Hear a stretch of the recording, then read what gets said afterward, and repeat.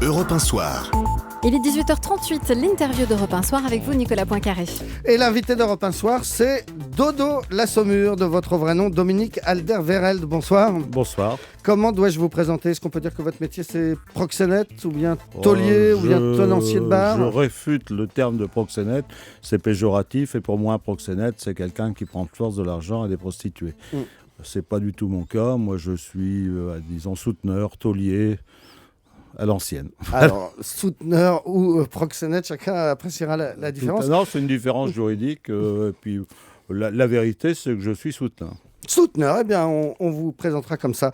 Vous avez été finalement mis en examen, cette fois, pour proxénétisme aggravé dans l'affaire du Carlton de Lille. Ça s'est passé mercredi dernier. Après une trentaine d'heures de garde à vue, qu'est-ce qu'on vous reproche alors ?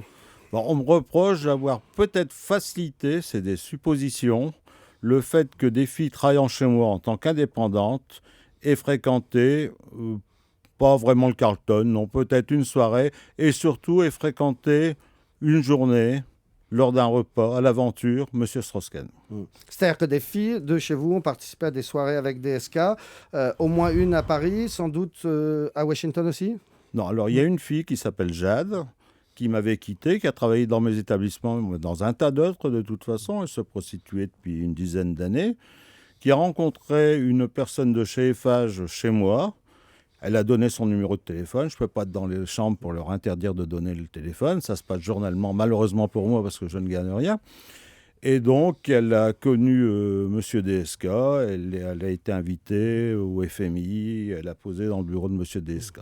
Ce que vous ne contestez pas, donc, c'est que des filles qui travaillent chez vous et participaient à ces soirées. Simplement, vous dites non, je n'ai pas facilité tout ça ? Je ne conteste absolument pas que des filles qui travaillaient chez moi ou dans d'autres établissements aient connu Monsieur DSK. Bon, les filles ont un statut d'indépendante, j'ai une jurisprudence qui le reconnaît.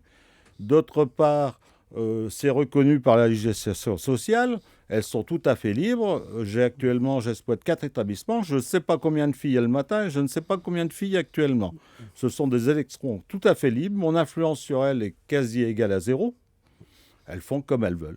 Alors, j'ai pas le choix. Ouais, la question que se posent les juges, c'est donc est-ce que vous avez facilité cela ? La question que se posent aussi les juges, c'est est-ce que Dominique Strauss-Kahn pouvait ne pas savoir que ces filles étaient des prostituées, à votre avis ? Puisque vous connaissez à la fois le métier et les filles en question. C'est le problème de M. Strauss-Kahn. Bon, je dis quand même qu'il sache ou pas, c'est pas l'affaire du 3e millénaire. Il y a eu un préjudice pour qui dans cette affaire ? Alors, c'est pas l'affaire du 3e millénaire, mais juridiquement, ça aura des conséquences différentes. J'entends bien, mais moi, je ne peux pas me prononcer dans cette affaire, d'ailleurs, qui ne me regarde pas, parce que j'ai jamais connu Dominique Strauss-Kahn. Qu'il sache ou pas, je pense quand même qu'au FMI, il y avait des choses plus importantes que de savoir si Mademoiselle Jade était prostituée ou pas. Hein ? Donc, vous ne le connaissez pas du tout, et tout. cependant, vous le défendez. Pourquoi ? Parce que vous êtes un peu dans le même bateau dans cette affaire ? Non, pas du tout. Justement, d'ailleurs, ces avocats n'ont pas voulu collaborer avec le mien en disant que c'était 2 affaires complètement séparées et qu'ils ne voulaient pas me connaître. Donc, je n'ai rien à défendre au niveau de M. Strauss-Kahn. Je dis, dans cette affaire, ce n'est pas l'affaire la plus grave du IIIe siècle, on est bien d'accord, du 3e millénaire. Bon, il y a eu du préjudice pour personne. Des affaires comme ça, il s'en passe tous les jours, porte-maillot, ou dans tous les établissements luxueux de France et de Belgique. Alors, ce n'est pas l'affaire du siècle de la Saumure. Cependant, vous faites un métier qui est illégal en France. Tout à fait. Et illégal en Belgique aussi, mais toléré. Et moralement condamné par beaucoup, qui pourraient dire que vous vivez du fait que des femmes vendent leur corps et que vous en tirez profit. Moralement. Non, je ne me sens pas du tout concerné moralement. Non. Les filles qui travaillent chez moi le font de leur propre fait.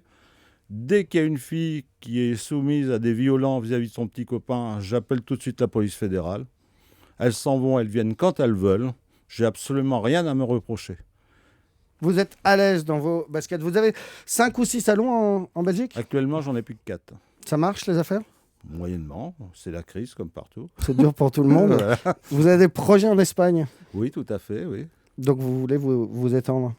Je voudrais créer un bar en Espagne, mais que ce soit plutôt une boîte échangiste. C'est pas très commun en Espagne actuellement. Dodo la Saumure, j'ai lu que vous aviez ouvert votre premier bordel à 20 ans. Ça remonte tout à fait, un c'est petit vieux, moment. C'était en 1970. Oui. Et donc, on peut dire que vous avez de l'expérience dans le métier. Un C'était petit très peu, différent. Ouais. Oh, non, à l'époque, on appelait ça des bars semi-montants, puisqu'il y avait eu la loi Marthe-Richard du 13 avril 1946. Mais la police tolérait des bars à hôtesse avec, j'allais dire, une petite gâterie dans le salon. À l'époque, donc, vous étiez en France. Vous avez dû quitter la France lorsque c'est devenu illégal? Ah non, mais c'était déjà illégal, puisque ça a été illégal en 1946 avec la loi Marthe-Richard. Oui. Ça vous a valu quelques condamnations au cours de Après, cette carrière de 40 ans de souteneur? Après, j'ai eu un problème en 95, j'allais dire 95, parce que je suis moitié belge, parce que je vivais en France, je vivais à Paris et j'avais un établissement en Belgique, donc ça c'est condamnable, donc j'ai été condamné. Et après, j'ai utilisé la loi de 93, donc je vivais avec une prostituée, mais on m'a quand même sanctionné, alors que j'avais des revenus que je pouvais prouver et déclarer. Vous n'avez pas toujours fait ça dans votre vie? Vous avez aussi tenté Non. des expériences à l'étranger? Par expérience, j'ai eu quelques petites responsabilités en Côte d'Ivoire. Ouais. Vous faisiez quoi là-bas? En Côte d'Ivoire, j'avais de multiples emplois. J'étais responsable de la construction des mairies et du logement en milieu agricole. Vous avez aussi tenté votre chance dans le domaine des machines à sous? Ah oui, j'ai tenté, j'ai réussi ma chance aussi. Ça se passait bien. Mais ça vous avait une condamnation là aussi? Machine à sous, non, pas du tout. Machine à sous, non. Non. Dites-moi, comment vous assumez votre notoriété? Parce que Dodo la Saumure est devenu... Bien, j'adore depuis, les médias, je me sens très à l'aise, il n'y a pas de problème. Ouais, on voit ça. On voit ça. Vous le craignez, ce procès? J'espère qu'on va avoir un grand procès d'assises. Les faits sont graves. Hein. Assise ou correctionnelle, ça ne sera pas encore décidé. Non, actuellement, c'est une procédure d'assises. Donc vous vous imaginez, dans quelques mois, peut-être un an, dans un box, devant des jurés, devant une cour d'assises? Tout à fait, oui. Avec ou pas avec Dominique Strauss-Kahn à vos côtés? Certainement avec M. Strauss-Kahn à mes côtés. Vous pensez qu'il sera envoyé en assises? Je plaisante, monsieur, ça se voit pas. Non, mais vous pensez que vous serez jugé par une cour d'assises? Non, c'est n'importe quoi. Bah, vous avez été mis en examen pour proxénétisme aggravé. Je suis Ça va sans doute se terminer par un procès. Vous disiez assises. Un procès, oui, mais moi, je disais s'il y a un correctionnel. procès, moi, à la limite, je ne suis pas concerné, parce que je pense que mon excellent avocat, Maître Sorin Margulis, va me faire donner un non-lieu. Donc, a priori, je ne suis pas...